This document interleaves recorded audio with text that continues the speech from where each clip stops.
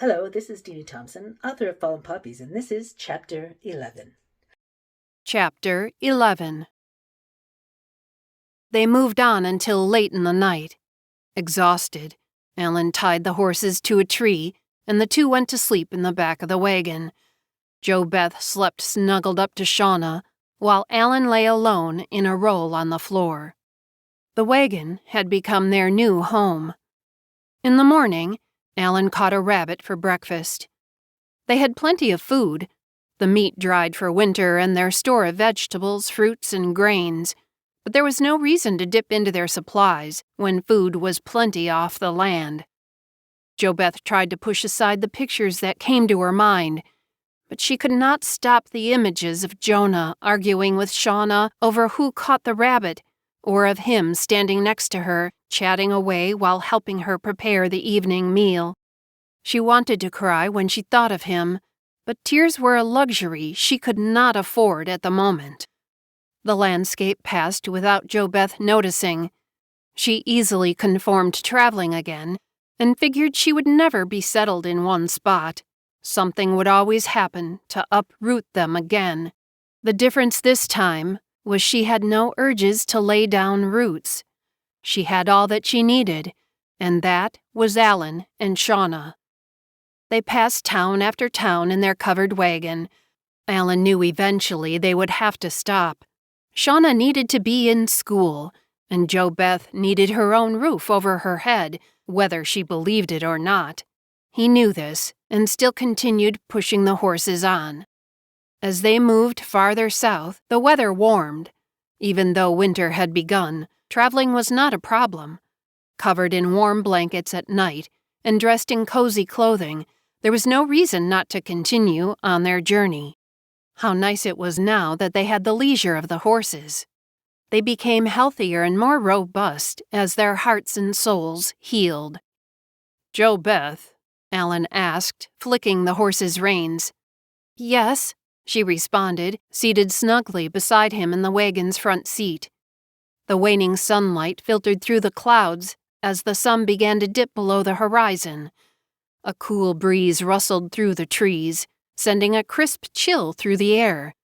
Alan and JoBeth glanced at each other, knowing it was time to stop for dinner soon. They could hear Shauna in the back of the wagon, mumbling and humming sweetly to her dolls, her child's voice in harmony with nature's music. "We are going to have to stop soon," Alan said, his eyes focused on the well-worn gravel road, a telltale sign that a town lay ahead. "Yes, Shauna must be hungry." JoBeth clasped her mittened hands together, shivering. The night air was unusually cool. "No, that's not what I mean," Alan continued. JoBeth pulled the dark brown woolen cloak she wore tightly around her ears and bent her covered head down. "I know you don't feel ready yet, but it has been 3 months since Jonah." "I know, Alan," JoBeth sighed, looking at him. She sniffed, wondering if her nose was as red as his. "It's just hard. I'm not sure I am ready to start again." "Shauna needs school, friends, and a home. We all do," Alan said, staring out at the starlit sky. He understood how JoBeth felt. He, too, didn't feel ready to stop moving yet. The last 3 months had been so peaceful. He blew out his breath between his lips, causing the air to steam up in front of him like smoke. "You are right, Alan. I know you're right." JoBeth nodded, her heart fluttering. Alan grinned and absently placed a mittened hand on her blanket-covered lap. "Soon, just not yet," he said, patting her leg reassuringly. The next morning, JoBeth was sleeping soundly as Queenie lay curled up protectively beside her. "JoBeth, wake up!" a male voice called from the back of the wagon. She groaned in protest, turning over and hiding her face in the quilts. The sun shone brightly into the wagon, stinging JoBeth's unadjusted eyes. "I am exhausted," she moaned, noticing the wagon was not swaying with movement. Alan must have stopped for some reason. "Now, honey," I want you to see this house with me, he said in an unusual, excited voice. Honey? She sat up abruptly. Alan was holding the canvas of the wagon open, his body shielding most of the sun's rays from penetrating inside the dark retreat. He beamed at Jo Beth, winking at her. Confused, she quickly arranged her hair. Alan held his hand out, imploring. Please, play along, he whispered into her ear as she jumped down from the step. Squinting from the bright rays, she adjusted her eyes and looked around. The wagon was parked in front of a little white house. A couple in their early 60s was standing respectfully by the horses, waiting, it seemed, for her and Alan. This is my wife, Jo Beth, Alan presented to the elderly couple. He placed his arm around her waist and gave a light squeeze, causing a shiver to bolt up Jo Beth's spine. The couple walked over, hands outstretched in greeting. You two look young to be married, the man said, squinting his gray eyes. He was a handsome man with a mane of snow-white hair and a strong tanned build made hard by work in the sun. Oh, stop it, George. I married you when I was just 16, said the small woman beside him. She pushed him aside easily, despite their size differences, and raised her hand toward Jo Beth warmly. Hello, dearie. I am Diana, and this big old lug is my husband, George. Hello, Jo Beth replied rather shyly, wanting to hide behind Alan. Diana was the first new person she had spoken to in over a year. She felt nervous, but Diana had a kind face with light blue shimmering eyes and soft blonde hair showing only the slightest gray. She accepted the older woman's hand and was pleased with how soft and warm it felt. Well, Alan said, clapping his hands together in prayer, I guess we can see the house now. Jo Beth looked at Alan questioningly. Of course. Diana smiled sincerely, gently dropping Jo Beth's hand and turning towards the little white building. Where is Shauna? Jo Beth asked, searching for the little girl. With all the confusion, she had forgotten about her little charge. She could not believe the magnificent view as she scanned the area. 2 enormous and sturdy oak trees towered over a quaint 2-story cottage. It was the type of home that begged to be lived in. A wide wraparound porch framed the house's white walls. A single wooden swing hung from one of the oak branches, begging to be occupied. In the summer, the angular blades of grass would fill the front lawn with a lush blanket of emerald green. The window boxes would overflow with gentle splashes of vibrant purples, reds, and yellow flowers. She closed her eyes and breathed deeply, imagining herself on a warm summer day, surrounded by lush green trees, the sweet scent of grass, and wildflowers surrounding her. Shauna is in the backyard playing with our grandbabies, Diana said, comfortably linking her arm in Jo Beth's. She began to lead her toward the house. Your husband here says you are newlyweds. Big responsibility to raise a little sister on top of just becoming a wife. Once the babies start coming, you are going to have your hands full, Diana exclaimed. Jo Beth's heart jumped. Suddenly, she felt frightened and didn't understand why. She looked back beseechingly to Alan, engrossed in his conversation with George. He did not notice the anxiety in her eyes. Shauna is no trouble. We love her dearly, Jo Beth said a bit defensively. She is a blessing. Diana looked at the young girl's wounded face. This couple did seem awfully green to her, but what tugged at Diana's heart most was the sorrow in the young girl's eyes. She had seen that look before in those who had lost too much. Grief lingered in the depths of them, the windows of the soul plainly visible for the world to see. Children are all a blessing. Diana smiled kindly. Jo Beth pressed her lips together, forced them into a grin, and followed Diana into the little house. It was beautiful. The cabin was cozy, with 2 bedrooms and a loft. A narrow hallway led past a tiny room with a small kitchen and a wooden table tucked into the corner.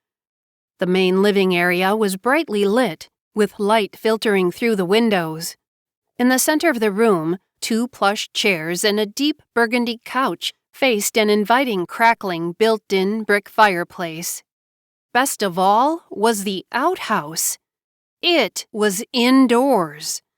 An odd-looking chain hung from a tank attached to the wall. When you pulled it, the waste was flushed away. It was truly amazing. JoBeth and Alan had never imagined such a device. Diana and George laughed at the young couple's disbelief and had to demonstrate how it worked. They are called water closets, and they are the wave of the future. Soon every home will have one, Diana exclaimed, her hands clutched to her full chest. Now that you have seen our little place, what do you think? It is the most beautiful home I have ever seen. JoBeth was unable to hide her awe. Alan smiled proudly at her excited face. There is a barn, too, and a few animals, George said, holding his bride's hand of 50 years. You don't have to start from scratch. We know how hard it is to start a home when you're newlyweds. Do you want the house, JoBeth? Alan clutched her hands tightly in his. His face beamed with anticipation of her answer. Of course, JoBeth commented in disbelief. She had never dreamed of such luxuries. But how? You don't even have a job. I got a good-paying job in town while you were sleeping. In fact, after I was hired, I asked around if there was a house I could buy and was told about George and Diana. All we need to do is give Diana and George our horses and wagon, plus $100. JoBeth couldn't believe their luck. Would it be possible the beautiful house could be theirs? That is it? She squeaked. $100 was a lot of money. It was all the money Alan had saved. A near fortune. But a home such as George and Diana's was a dream come true. Yes, Diana chuckled, placing a hand on the bewildered JoBeth's shoulder. George and I want a change. The children are grown and have families of their own. Now it is our time, like when we were first married. George reddened and coughed, embarrassed. When they first married, it had been his dream to travel across the country, but Diana kept having one baby after another. Now, finally, his dream was coming true. All he wanted was Diana by his side and leather reins in his callous hands. The horses are fine beasts. We aren't really giving you a deal, miss. JoBeth nodded kindly to the older man. If he only knew how they had started out. This house was too much to ever dream of. Alan says you have been traveling for months, and it is beautiful, George said, excited. His adventure was about to begin. He would never have guessed that his life's wish would come true at 68 years of age. Wonderful, JoBeth cooed, remembering the therapeutic power of the open plains. Yes, her heart was forever changed by the loss of Jonah and her baby, but the journey to this little town had begun to heal the wounds their deaths had left. Well, JoBeth? Alan's green eyes sparkled in the sunlight streaming through the window. His disarming smile made JoBeth's heart skip a beat.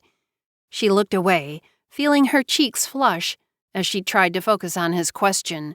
She felt his warm breath on her skin as he leaned in close. The hairs stood up on the back of her neck. His lips brushed against her earlobe as he whispered, "Do we take it?" She slowly turned her head towards him, their faces inches apart. Heat radiated from his body. Her voice was low and husky, overcome with joy and something more, as she declared, "Yes, we'll take it." Grasping her midsection, Alan hoisted JoBeth into the air and spun her around. Laughter echoed out from the pit of her stomach as she stretched her arms out like she was flying. George and Diana needed a week to pack and say their farewells to their children. Alan and Jo Beth used that time to enroll Shauna in the local school and to become accustomed to their new surroundings. Diana and George were dears, always there to help the younger couple with whatever they needed. Jo Beth felt it was all too soon when the older couple sat in the buggy, glowing about their impending future. They wished Jo Beth and Alan well and said their goodbyes with warm embraces. "We are so lucky to get this house," Jo Beth said, jumping into Alan's arms, laughing. Shauna sat on the couch with her dolls. She could not sit by and quietly watch Alan and Jo Beth's enthusiasm. Bouncing off her seat and sending her dolls tumbling to the plush rug, the bright child joined in the excitement, running into their waiting arms. "Are you happy, Jo Beth?" Alan asked, holding her close to his solid chest. "Yes," she breathed, deeply conscious of her breast pressed firmly against Alan. Tingling sensations rippled through her nipples, and she felt them harden. Confused, she pulled away slightly. Alan was conscious of his effect on Jo Beth and gripped her tighter to him. "Now that I've told everyone we are married, you won't have to hide like before. Shauna can have friends at the house and you can too," he said in a raspy voice. He looked deeply into Jo Beth's glowing face, his eyes diving into the depths of her soul. She felt a warmth between her legs and pulled abruptly away from his embrace. "Let's go see our animals." Jo Beth bent down to the giggling Shauna and lifted her onto her hip. She avoided Alan's eyes, confused with these new emotions. "You heard your sister, Shauna. Let's go." Alan clapped. He reached over and retrieved the little girl from Jo Beth's grasp, easily placing the squirming 6-year-old on his broad shoulders. Nothing was going to ruin his good mood, not even Jo Beth's hesitance towards him. He watched the back of her head as she demurely walked in front of him. Her long golden brown hair was loose and bounced softly down to her narrow waist. "We are gonna like it here," he roared, full of life, clasping Shauna's legs firmly around his neck. The child wrapped her hands under Alan's stubbly chin and held on tight. "Go! Go! Go!" Shauna squealed, roughly kicking Alan in the chest with little bare feet. Jo Beth glanced over her shoulder shyly, unable to keep her heart from fluttering uncontrollably at the sight of Alan and Shauna so content together. "You heard our girl, Jo Beth. Let's go, go, go," Alan teased, speeding past her, Shauna's squeals trailing behind them. Jo Beth blushed, turning a scarlet shade. She took a deep breath and exhaled, pausing a moment before she continued. She needed to compose herself before she faced Alan again. Outside was a small barn with a chicken coop. Nestled beside it were chickens scurrying to escape a bullying rooster. "Oh, look!" Shauna pointed. "Baby chickies!" Alan put the squirming youngster down and opened the door to let her in. Shauna ran inside and began to chase the yellow, chirping puffballs. Angered by Shauna's pursuit of her offspring, the mother hen pecked furiously at her exposed ankles. "Ouch!" giggled Shauna, gently pushing the mother chicken aside with her foot. Jo Beth chuckled to herself. Shauna looked beautiful, standing amongst the clucking fowl, her face animated. The child bent and retrieved a squeaking chick and nestled it to her cheek lovingly. Jo Beth fondly remembered similar events that had happened in her own childhood at about the same age. She took a deep, refreshing breath. It was good to know Shauna would have memories of the softness of a baby chick against her cheek. Maybe it would help erase all the bad ones she had accumulated over her short lifetime. "Let's go see the other animals," Alan said over Jo Beth's shoulder. Goosebumps jumped forth from her skin like seedlings springing out of the newly dampened earth after a rain. Jo Beth nodded, hesitantly rubbing the raised hair on her arms. For some reason she didn't yet understand. She was suddenly uncomfortable being alone with Alan. "Shauna, are you staying here?" Alan asked, leading Jo Beth towards the barn. "Yes," She grinned as a fuzzy chick pecked at her hand. JoBeth laughed despite her apprehension. The sight of Shauna being attacked by chickens was too funny not to respond. She sighed nervously and followed Alan obediently towards the barn, feeling rather foolish. This was Alan. What was there to be afraid of? Inside the barn, a medium-sized brown cow and her calf greeted them. The beast mooed lazily in response to their arrival and continued to chew on the yellow hay littering the barn floor. Her calf ignored the visitors and suckled busily from its mother's udders. "We will have to get some pigs," Alan said, walking over to the stall to examine the cow. "Maybe even a horse and carriage." Queenie sauntered into the barn, her tail wagging playfully. She bent down low on her front legs and yipped at the mother cow. The cow, unmoved by Queenie, mooed back at the dog.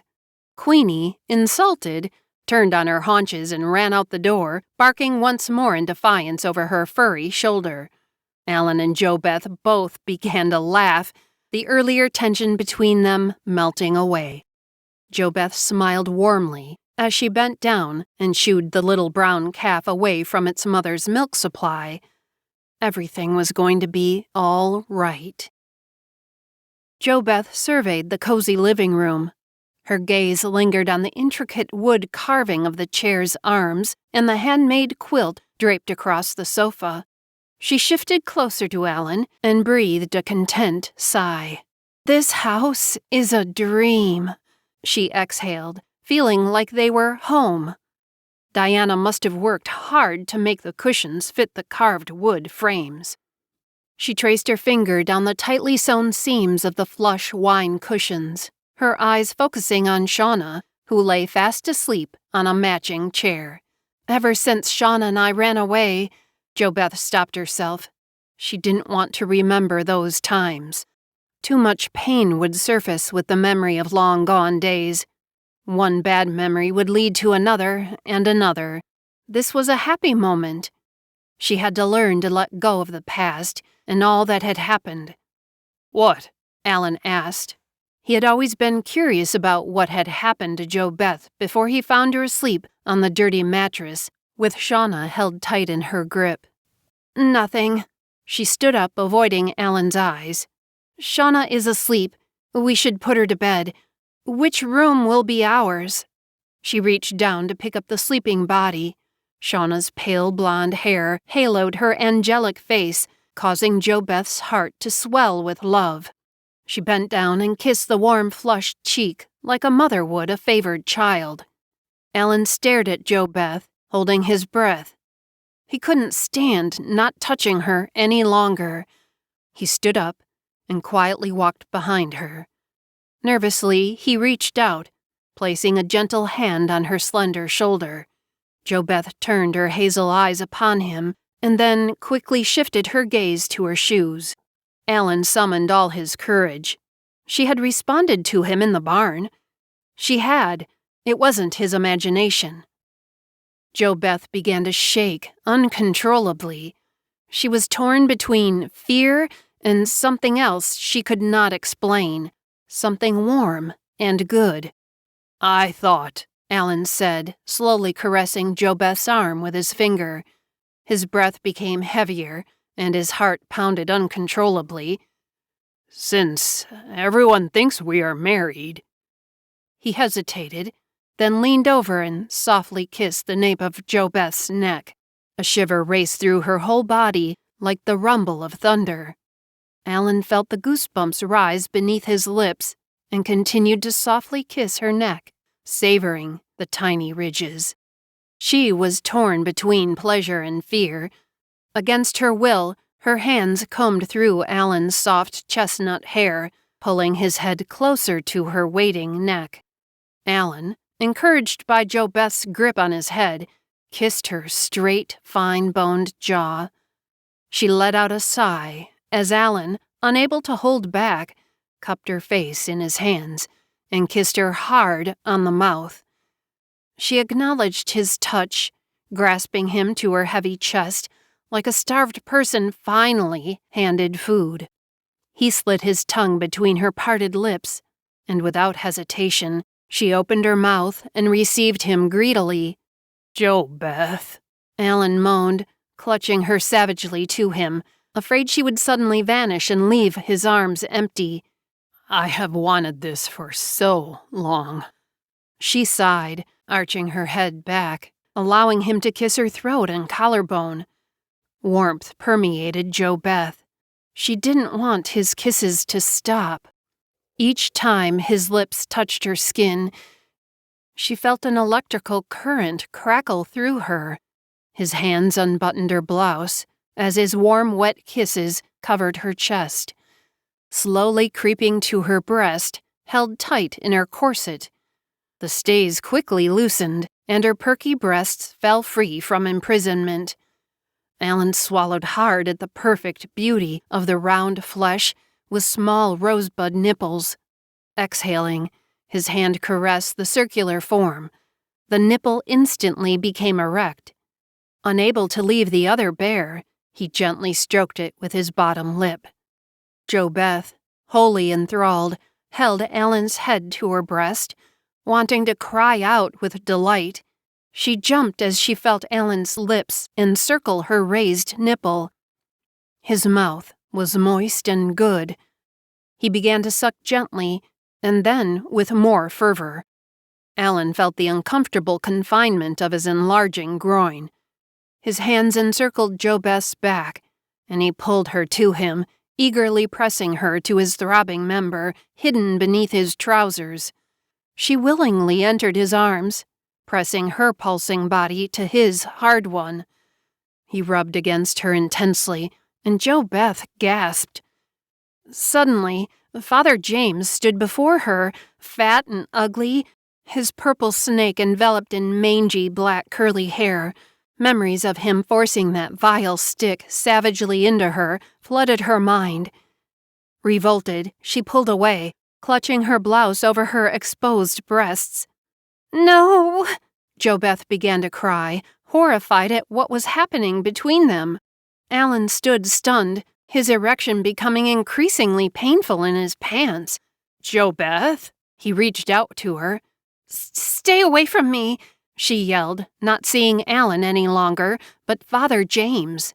She had been transported back in time to the house that had caused her so much pain. "Give me the whip, Father James. I promise I will never wet the bed again."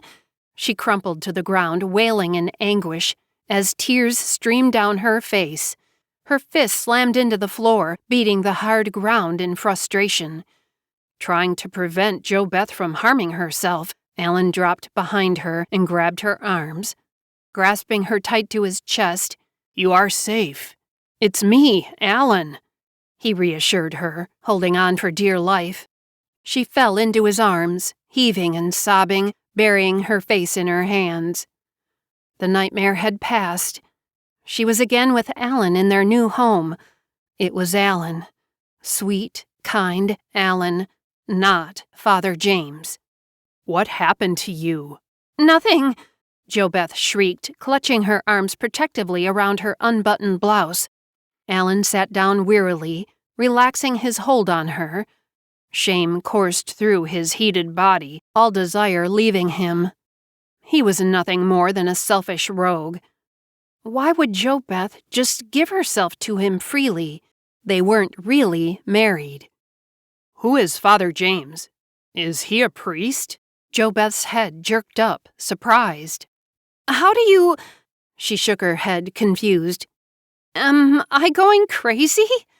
"JoBeth." Alan lightly touched her damp arm. She pulled away, causing him to blush, embarrassed. He sat back some distance, giving her the space she wanted. He loved her so much. He felt he would die without her in his life. Now, all his hopes for them were shattered. "Did this Father James do something to hurt you?" "Why should I tell you?" she cried, standing up, retreating to hunch into the corner of the couch. She knew this time would come, the time to expose what had happened with Father James, and the outcome of that union, her son. Tears formed in the corners of her eyes. Her precious, tiny baby. Her heart ached to hold him one more time. Images of his minuscule grave littered with red flowers played itself out behind her closed eyes. Jonah was with him. He was not alone, and by now, the little flowers would have crept over onto his grave as well, blanketing them both with her love. She opened her eyes. It was time to reveal her shame and her heartache. It was time for her baby to be recognized. "I don't know a thing about your past," she said lamely, trying one more time to avoid the inevitable. Alan would never want to live with her after he knew the truth. He would probably even find her unfit to care for Shauna. Fear enveloped Jo Beth. She could not lose them, too. "All right." Alan jumped up. Shauna moaned in her sleep. Alan savagely raked his fingers through his hair, a habit Jo Beth had come to recognize. "Stay here. I'll put our girl to bed. And then we are going to talk. It's time we got everything out in the open." How strange the night had turned on him, teasing him to believe Jo Beth was his. At least Shauna did not change, he thought. She was still the sweet little girl she always was. She was always happy to see him and never disappointed if he did something wrong.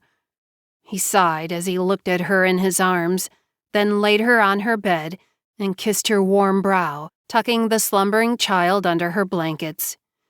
Quietly, he stood and left the room, shutting the door behind him. Jo Beth was still huddled in the corner of the couch, sniffing. She watched Alan as he sat down on the opposite side and felt sad. He looked defeated, and she knew she was responsible. Alan always tried so hard, and she made him feel like a failure every time. "I am not worthy of him," she thought, staring at his pained expression. It was time to be honest. At least, Alan would not feel responsible for her outbursts anymore. Alan looked at the ceiling and could not help but admire the white, smooth surface. He took a deep breath and glanced down at his rough knuckles. "I am not an orphan," he began. Jo Beth, startled, sat up straight. "My parents are alive." "What?" "Let me finish," he said, not looking up. He did not want to tell this story. It was all a distant memory, a memory he cared not to remember. But if it would help Jo Beth to trust him with her own past, then he would do it. "My parents, they were terrible.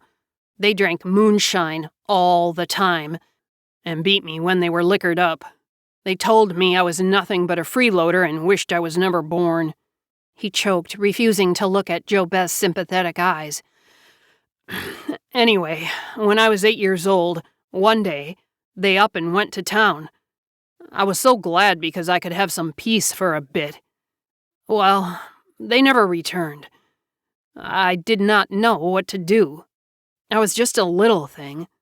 Days passed and I was starving. I wandered through the house crying out for help, but no one answered." Alan paused, remembering the fear he had felt as a boy. The pain resurfaced fresh, as if his parents had left him only the day before. The nights were the worst. The sounds. I used to hide under the bed, thinking every sound was a monster coming to eat me up. Finally, because I was starving, I went out onto the streets and begged for food. I even hoped I would see my parents and ask them to take me back. I could handle the beatings, but I could not stand being all alone. He finally glanced at Jo Beth and quickly turned away. She could feel his pain from the experiences he had endured as a child. How horrible it must have been to be abandoned by your parents. She had been lucky to have her parents for the short time she did. "The street folks took me in as one of their own, especially one. Eddie." Jo Beth thought she heard Ellen's voice break slightly. "We decided to make it big on our own. We hopped on a train, and we did all right. We weren't rich by any means, but we had a home and a little money put aside. Eddie was the first real family I ever had. I had only lived with beatings and hatred before. Eddie gave me love and comfort. He gave me everything. All was going well until my parents came and took me away. I still don't know how they found me. I told them I hated them and that I would not go with them. Damn, I was already 10 by then, and the only time I had ever been happy was with Eddie. He was my father in my heart, and the only parent I needed. A tear rolled down Alan's cheek. I asked them where they had been the last 2 years. They never answered me and took me anyway. They threatened Eddie and me, telling us they would have the sheriff arrest and hang Eddie for kidnapping. I had no choice but to go. Eddie cried when I left, and I cried too. He was so good to me, JoBeth. No one had ever been so good to me. I knew what it was like to love and be loved in return. I was never allowed to see Eddie ever again. 2 months later, he died. Alan covered his face with his hands, his emotions taking control of him. It had been a long time since he had thought of Eddie, and he was surprised at how fresh the pain still was from losing his only father figure. Eddie was old. That was true, and he was the kindest man I ever knew. My time with him was the best part of my childhood. I suppose that is why my parents took me from him. They could not stand to see me happy, especially with someone like Eddie. You see, Eddie was black, and there was no way their son was going to be raised by one of those kinds. JoBeth looked up at Alan, surprised. I despised these 2 people who claimed to be my parents. They had not changed. They continuously insulted me and beat me within an inch of my life on more than one occasion. They drank day and night. If I ever saw them sober, I couldn't tell you. I don't remember it. It was harder living with them the second time. Maybe it was because they kept badgering me for living with a black man, or perhaps it was because I now knew what it was like to be loved. I had never known it before. Eddie taught me I was good enough to love, that I was someone. That is so important to a child, something I plan for my own children to always know. I will never let them feel like they aren't worth loving. Anyway, my parents were cruel. When I was 12, I left, and I decided I would never go back. I met Todd and Adam on the road. We met up with others. Some stayed for a while, and others left. I remember when I met Jonah. Alan shook his head, remembering, and laughed sadly. He was nearly dead when we found him. He reminded me of Eddie, not because he was black, but because he was like him, kind and funny, with a good heart. Now, they are both gone. I used to believe Jonah was Eddie, reborn. Stupid, eh? Doesn't even make sense. Jonah was a kid like me. No, JoBeth said weakly, wanting to reach out and comfort him. He looked so lost sitting on the other side of the couch.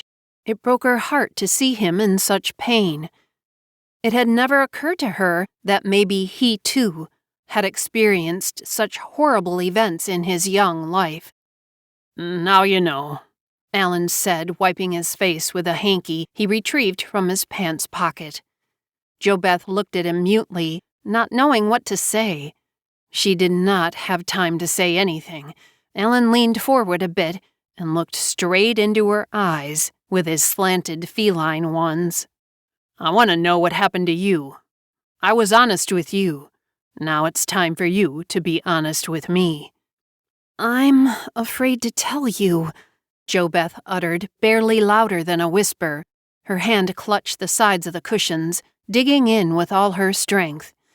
JoBeth, Alan said, coming and sitting beside her. He pried her hand free from its death grip and lifted her chin to his face.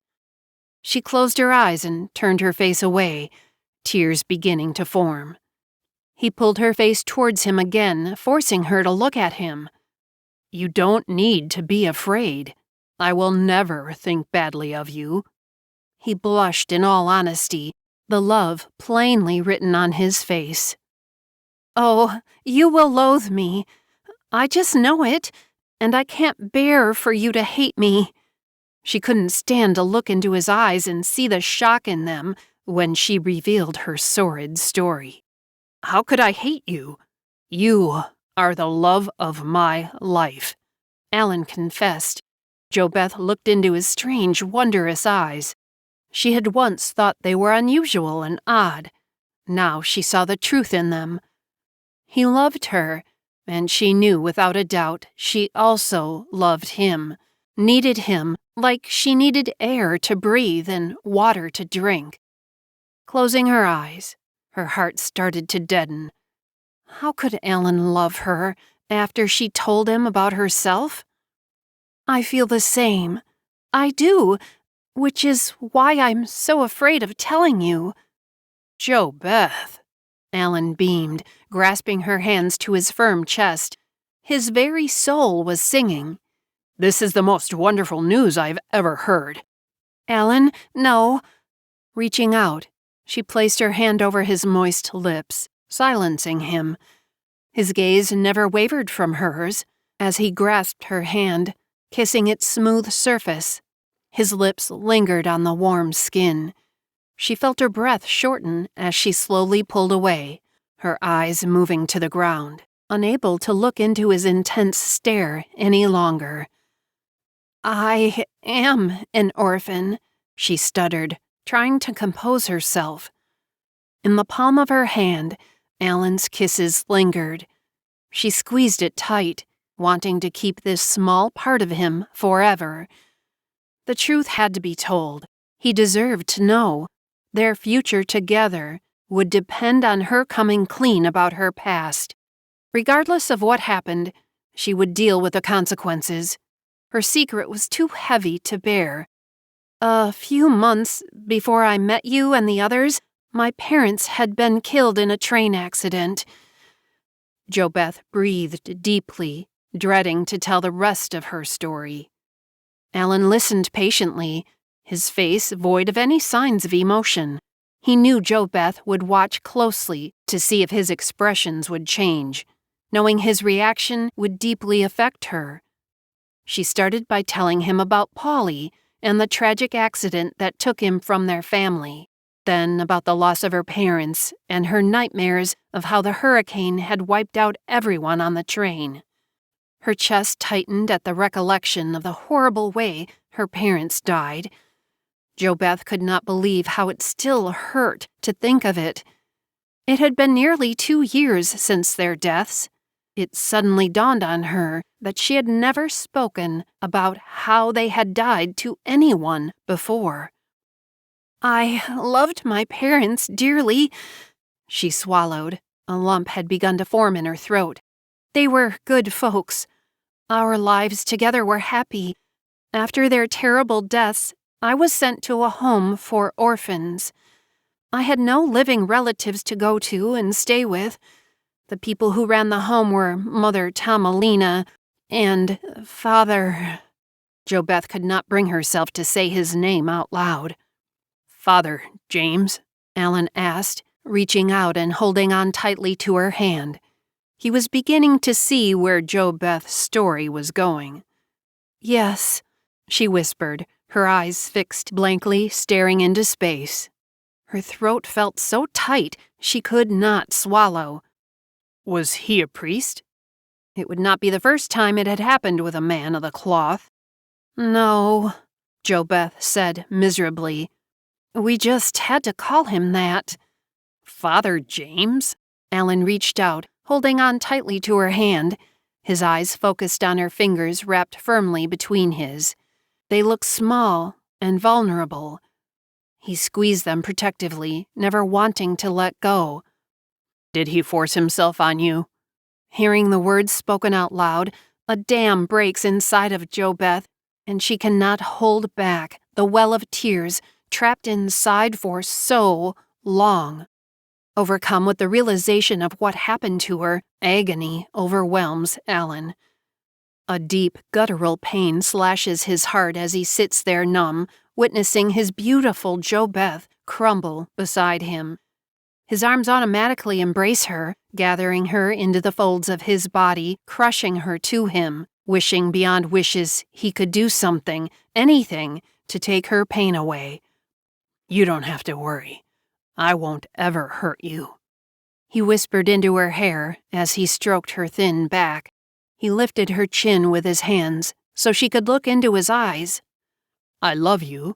The moment I saw you and Shauna asleep on that old mattress, I fell in love with you. Nothing will ever change that." "But, Alan," JoBeth sobbed, "what happened between—" "He forced you," Alan soothed, snuggling her deeper into his embrace, her head comfortably fitting under his chin as though it was always meant to be there. "How could you blame yourself, my sweet darling?" She sobbed as he held her shaking body. "He said I provoked him, led him on. I didn't think I did. Honestly, he repulsed me." JoBeth broke into fresh tears. It was like a dam had been released inside her, and she could not stop the outpour. "Shh, now I know." Alan stroked her hair reassuringly. "If I ever see the animal, I will kill him for what he did to you." He did not want JoBeth to know the anger he truly felt over her rape. The thought of her virginity being ripped away from her by another man, and the thought of that man touching her and taking something of hers freely without permission, made Alan barely able to see straight. He shook his head, clearing his mind of the horrible vision. "There is more," JoBeth sobbed, holding him tight. Alan felt his own eyes burn with tears. He could barely stand hearing what she had to say next. "What is it, darling? You can tell me." He lied, hating every word she uttered. "I had—" She stuttered, remembering the tiny infant's weight pressing against her sweaty chest, his rapidly beating heart thumping against her skin like misty raindrops, the rise and fall of his rib cage as he struggled to grasp air into his lungs, the feel of her hand, nearly the size of his entire body, placed lovingly on his back as it slowly began to still, silent, forever. "I had a son." Alan pulled JoBeth abruptly away from him. "What?" he gasped, speechless and unable to hide the emotion flooding his face. JoBeth began to wail. "Oh, no, JoBeth, I'm sorry. I'm not angry. Please, you just surprised me." He pulled her back into his embrace, feeling her tremble uncontrollably. Fear seized him. Where was the child? It did not make sense. JoBeth said her parents died only a few months before their meeting. "I ran away after the first time," JoBeth wept. "I didn't know I was pregnant until I fainted at the lake with Tamara." Alan remembered the incident and how frightened he had been for her. The pieces started to come together. He had stupidly thought that JoBeth's growing belly was caused by parasites and her deteriorating health during their first travels. What happened to the baby? He was confused.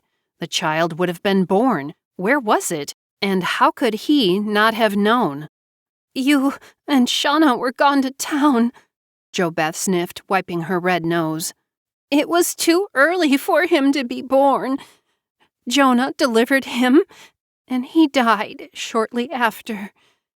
We buried him in the field, the same place where we buried Jonah."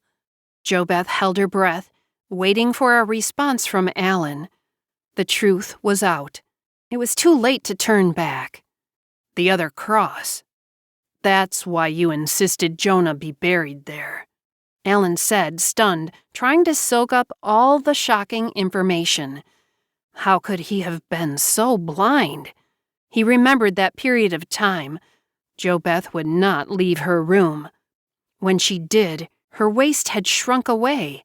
Jonah had said JoBeth did not need a doctor and that a doctor could not help the sickness she had. It all made sense to him now. She had been grieving the death of her child. How could they have kept it from him? He bent his head, aghast at the horrifying news. Yes, Jonah wanted to be buried there, as did I. We named my little boy after him. JoBeth's eyes began to tear again. I did not want my baby, but when I held him, I loved him as much as a mother could love her child. I will always mourn the man he might have been, but I had Jonah, and he was such a support for me. He saved my soul. And now they are both gone. Why didn't you tell me? I would have been there for you too, Alan said, numbed. I was afraid you would have nothing to do with me. I thought you would find me disgusting. I did not want to lose the only family I still had. JoBeth hiccuped, the horror of the past already lifting a dark umbrella shielding the sky from the sun, cracking her heart open and letting the secrets she held there fly free. You never need to worry about telling me something, JoBeth. I will always listen, and never will I leave you. Alan whispered, afraid to let her go. I am so sorry about the baby. I should have been there for you.